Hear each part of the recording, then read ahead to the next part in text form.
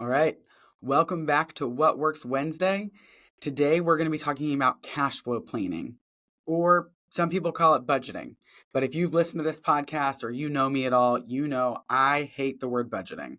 I think that word itself is a bad word because of what it denotes or what people kind of connect that to, which I would call financial dieting, where we say, I need to live on all these line items and it's really restrictive. And even if you did great in one category, you overspent in coffee that month. And so you didn't do your budget right.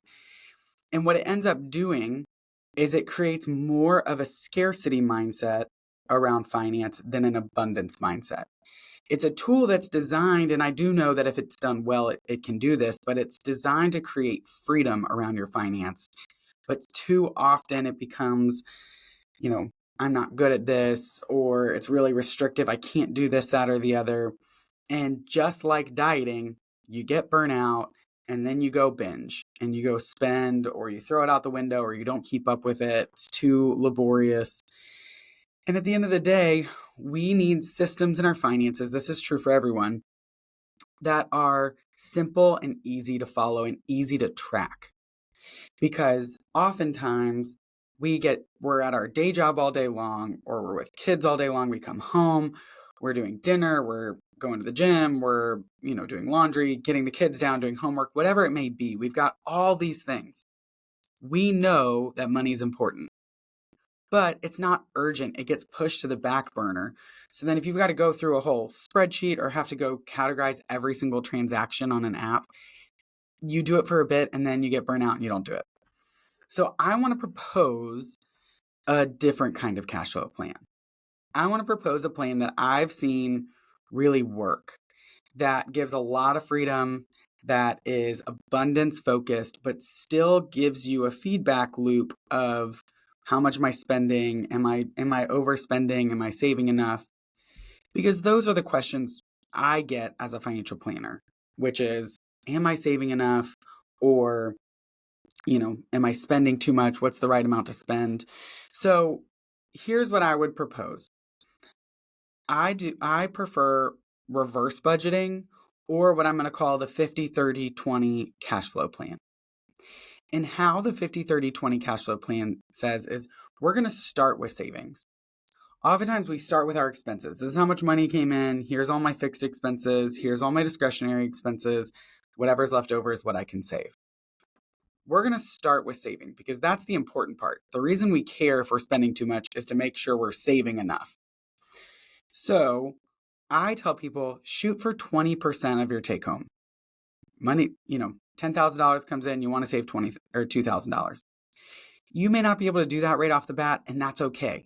It's the goal. It's what we're going to work towards. So as you get raises, maybe we'd put that towards savings, or as you get a tax refund, things like that. But we're going to automate that. So whether it's to your 401k, whether it's to an HSA, a brokerage account, a high yield savings account, we can talk through prioritizing those later in a different episode, but we're going to make sure that we're saving 20%. Then we're going to go to look at your fixed expenses, your mortgage payment, your car payment, rent, utilities, cell phone bill, car insurance, all of those things that aren't active spending decisions. They are passive decisions. You just have to pay your utilities to keep your lights on. You have to pay your rent. You got to pay your car insurance. Now, we can work with those to try and get those down and make wise decisions, but those aren't everyday swipe a card decisions. So we put those in the fixed bucket, which we want to make sure that stays at or below 50% of your income. So if you're taking home $10,000, $5,000 is a healthy place to have all of your fixed expenses. Again, you may not be there. We can work towards it. There's freedom in this plan. But that gives us a budget, right? So, hey, if we know that your fixed expenses are $3,500 and you're trying to decide, can I afford a car payment? Can I afford a home equity line of credit payment? Can I afford a bigger mortgage? That's kind of the bar. That's sort of our bucket. Okay, well, you have up to this amount, $5,000 if you take home 10 in a month.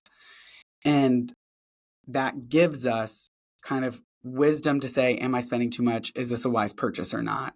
Will your payment push you over that 50% mark? And 50% isn't arbitrary. If your fixed expenses are hitting 60, 70% of your pay, you're not going to have enough wiggle room to really live your life and save. 20%. Well, we know we need to save at least 10 for retirement. We want to save for our kids' college. We want to save for a rainy day or emergency or vacation. We need to be saving money. If you're saving only, 5, 10, 12% of your pay, it's probably not enough. We need to work to try and increase that. But if you're saving 30% of your pay, hey, that's great. More the merrier. But know that you can go up on your expenses. You're over saving, And so we have these as guidelines, as kind of, I think of bumpers on bowling alley lanes. So 50% is your fixed, 20% is your savings, and that leaves 30% of your pay to be your fun money, your discretionary money. Go out to eat, go get coffee, buy some stuff on Amazon, go shopping, do whatever you want to do. I don't care. I'm not going to go through line by line and say, well, you really overspent on dog food this month, or you got too many gifts for your kid's birthday. We don't need to get that granular.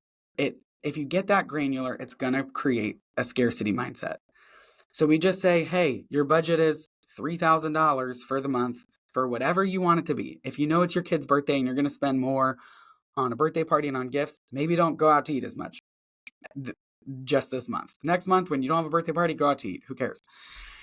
But it gives you kind of that flexibility.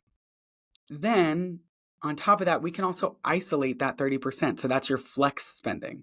So 50% is fixed, 20% is savings, 30% is flex. And we can break that out weekly and say, all right, if $3,000 is it for a month, what is it per week? $700, whatever it may be.